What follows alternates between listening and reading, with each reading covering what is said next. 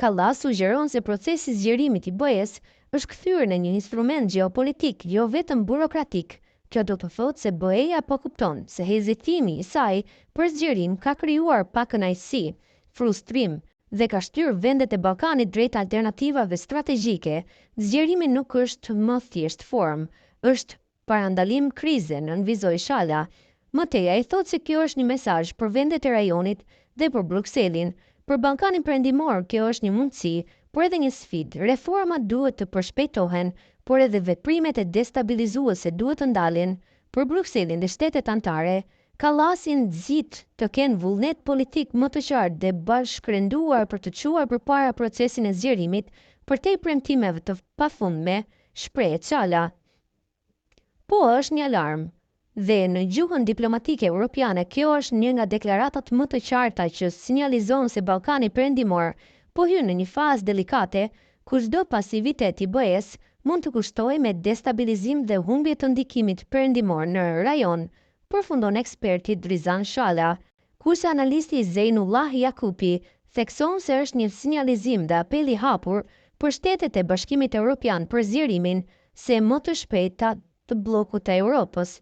Deklarimi i shefes së diplomacisë së Bashkimit Evropian, Kaja Kallas, lidhet me mundësinë që tensionet në Ballkanin Perëndimor do mund të rriten, mund të jenë të mundshme, por ky deklarim është bërë për të sensibilizuar opinionin dhe krerët e këtyre shteteve që të kenë kujdes, por edhe në një mënyrë i bëhet apel shteteve të BE-s që të përgatitet të pranojnë dhe përshpejtojnë procesin e zgjerimit të bllokut, thot Jakupi. Sipas tij, pavarësisht situatës së sigurisë në Ballkanin Perëndimor, BE nuk është e gatshme që të përshpejtojë procesin e zgjerimit për vendet e rajonit.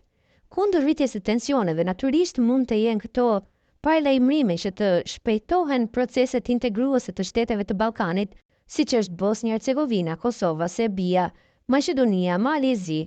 Por BE akoma nuk është e gatshme të përshpejtojë këtë proces dhe zonja Kallas me siguri e di, sepse ta marrim shembullin e Kosovës, që akoma nuk mundet t'ia heqim sanksionet e vendosura lidhur me veprimin e qeverisë Kurti dy në lidhje me veriun e Kosovës.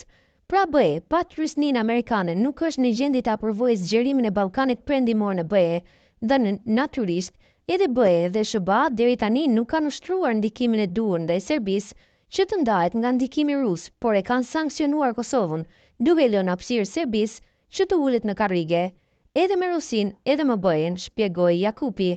BE-ja i ka problemet e veta dhe po shihet se nuk kanë arritur që ta detyrojnë Kosovën dhe Serbinë, sidomos këtë të fundit që të pranojë marrëveshjet e arritura, pavarësisht se a janë nënshkruar apo jo, sikur ajo e ohrit.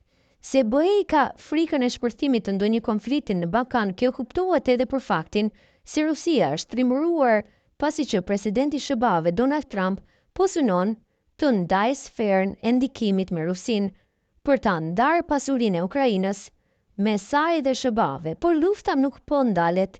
Edhe pse Donald Trump premtoi se do ta ndalet këtë luftë brenda 2 muajve, kjo natyrisht përbën rrezik edhe për Kosovën, sepse Putin gjithmonë është thirrur në të drejtën e serbëve për të vendosur se duan të jenë pjesë e Serbisë, ashtu siç nuk e pranon as pavarësinë e Kosovës dhe ndërhyrjen e NATO-s në vitin 99 dhe bombardimin e Serbisë, thekson analisti Zeinullah Jakupi.